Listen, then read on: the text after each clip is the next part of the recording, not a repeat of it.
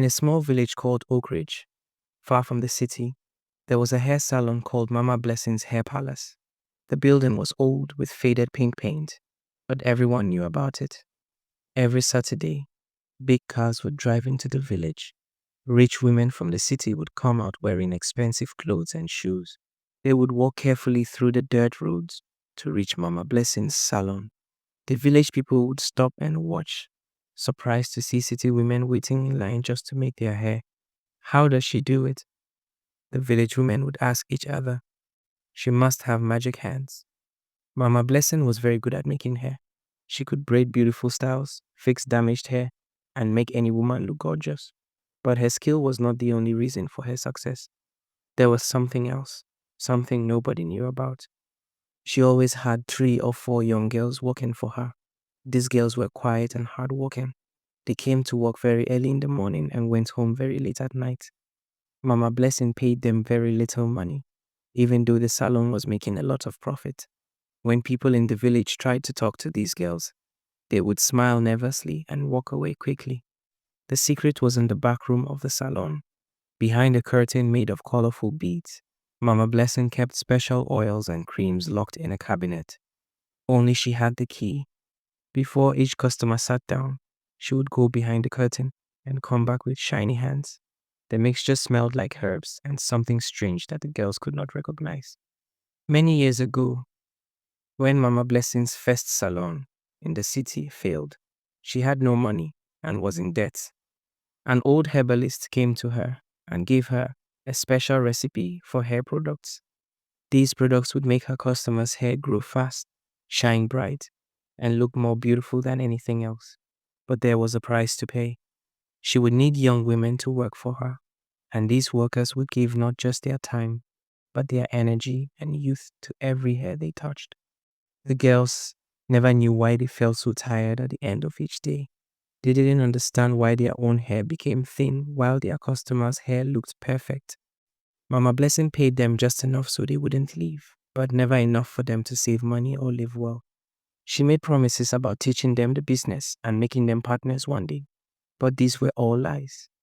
As time passed, Mama Blessing became richer and greedier. She bought a new car, built a big house in the city, and sent her children to expensive schools. Meanwhile, her workers became thinner and weaker, looking like ghosts of themselves. Every few years, she had to hire new girls when the old ones became too weak to work. The village people watched and talked, but nobody asked the important questions. After all, Mama Blessing's success brought attention to their small village. City people were coming and spending money. Why should they care how she became successful? But secrets are like seeds planted in dark soil. One day, they must grow and come into the light. Everything changed the day Grace came to work at the salon. Grace was different from the other girls. She was 19 years old and had just finished secondary school. Her mother had died when she was young, and her father was too poor to send her to university. When Mama Blessing offered her a job, Grace was happy. She thought she would learn a good skill and make money to help her father. On her first day, Grace noticed something strange.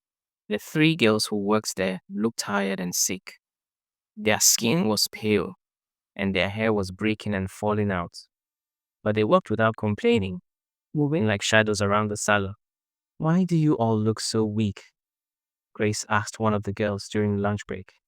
The girl, whose name was Patience, looked around nervously before whispering, "We don't know. We just feel tired all the time."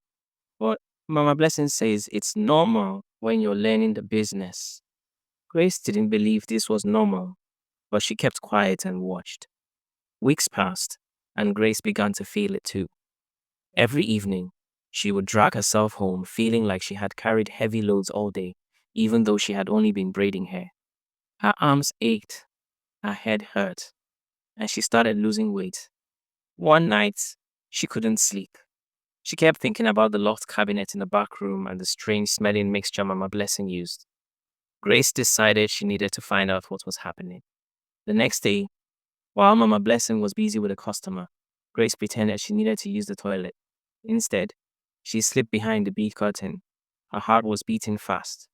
She tried the cabinet door, but it was locked tight. Then she saw something on the shelf above, an old notebook covered in dust. Grace quickly grabbed the notebook and hid it under her shirt. That night at home, she opened it with shaking hands. Inside were strange writings and drawings. There were recipes for different hair mixtures, and next to each recipe were words that made Grace's blood run cold. Requires the life force of young maidens, and youth extracted through their labor feeds the enchantment. Grace couldn't believe what she was reading. Mama Blessing was stealing their energy, their youth, their very lives to make her customers' hair beautiful. The next morning, Grace didn't go to work. Instead, she went to see Mama Adana, the oldest woman in the village. Mama Adana knew about herbs, medicine, and the old ways. Grace showed her the notebook. Mama Adana's face became serious as she read. "This is dark magic," she said slowly. "That woman has been feeding off you girls like a parasite. We must stop her, but we must be careful. People who practice such things are dangerous." Together, they made a plan. Mama Adana prepared a special mixture of herbs and blessed water. "This will break her spell," she explained. "This will break her spell," she explained. "But you must put it in her oils when she's not looking." Grace was scared, but she thought about Patience and the other girls who had worked there before her. How many young women had Mama Blessing destroyed? 3 days later, Grace found her chance. Mama Blessing left the cabinet unlocked for just a moment while she answered a phone call. Grace quickly poured Mama Adana's mixture into every bottle and jar she could find. That Saturday, when the city women came for their appointments, something unexpected happened. As Mama Blessing applied her oils, her hands began to burn. She screamed and dropped the bottle. The mixture spilled on the floor, and where it touched, the tiles turned black and smoked. The customers ran out of the salon in fear. Mama Blessing looked at her hands and then at Grace, who stood in the corner watching. Their eyes met, and Mama Blessing knew. "You!" she shouted. "What have you done?" Grace stood tall, no longer afraid. "I've stopped you from hurting anyone else." The truth was finally coming into the light. The news spread through the village like wildfire. By evening, everyone knew what had happened at Mama Blessing's salon. Women who had been customers for years came forward with their own stories. They had noticed girls disappearing, always replaced by new ones who would work for a few months before they too became ill and left. "My daughter worked there 2 years ago," one woman said at the village meeting that night.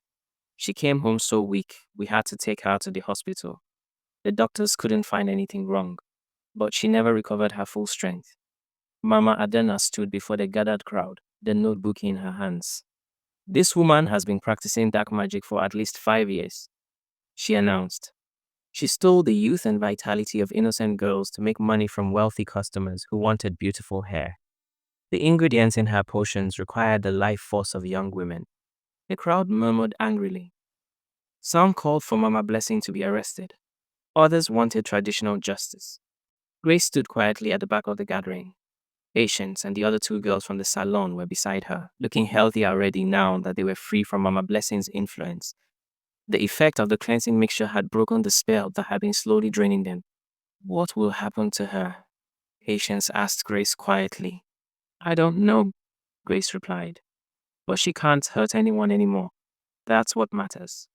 The police came the next day and took Mama Blessing away. They found more notebooks hidden in her house, documenting years of dark practices. The wealthy women from the city who had been her customers denied knowing anything about the magic, claiming they thought the oils were just high-quality products. In the weeks that followed, Grace helped Patience and the other girls recover. Mama Adana prepared healing tonics for them, and slowly their hair began to grow back. Their skin regained its color, and their energy returned. One afternoon, as Grace was helping her father in their small garden, Patience came to visit.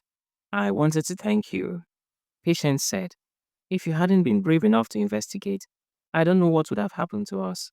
The doctor said another few months, and the damage might have been permanent." Grace smiled.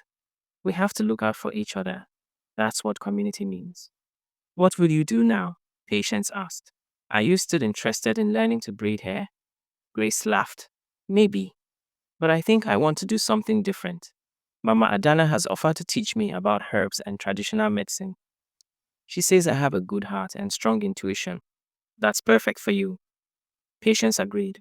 As the sun set over the village that evening, Grace sat with her father on their small porch. The old man put his arm around his daughter's shoulders. Your mother would have been proud of you, he said quietly. You saved those girls.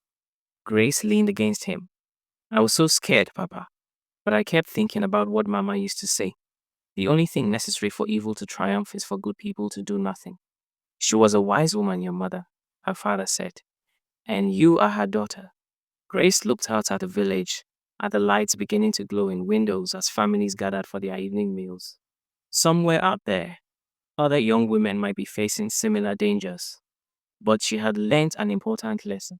Sometimes, the bravest thing you can do is speak the truth, even when you're afraid. The salon remained closed, its bright yellow and orange walls now faded and silent. But Grace's courage had opened a different kind of door, one that led to healing, justice, and hope.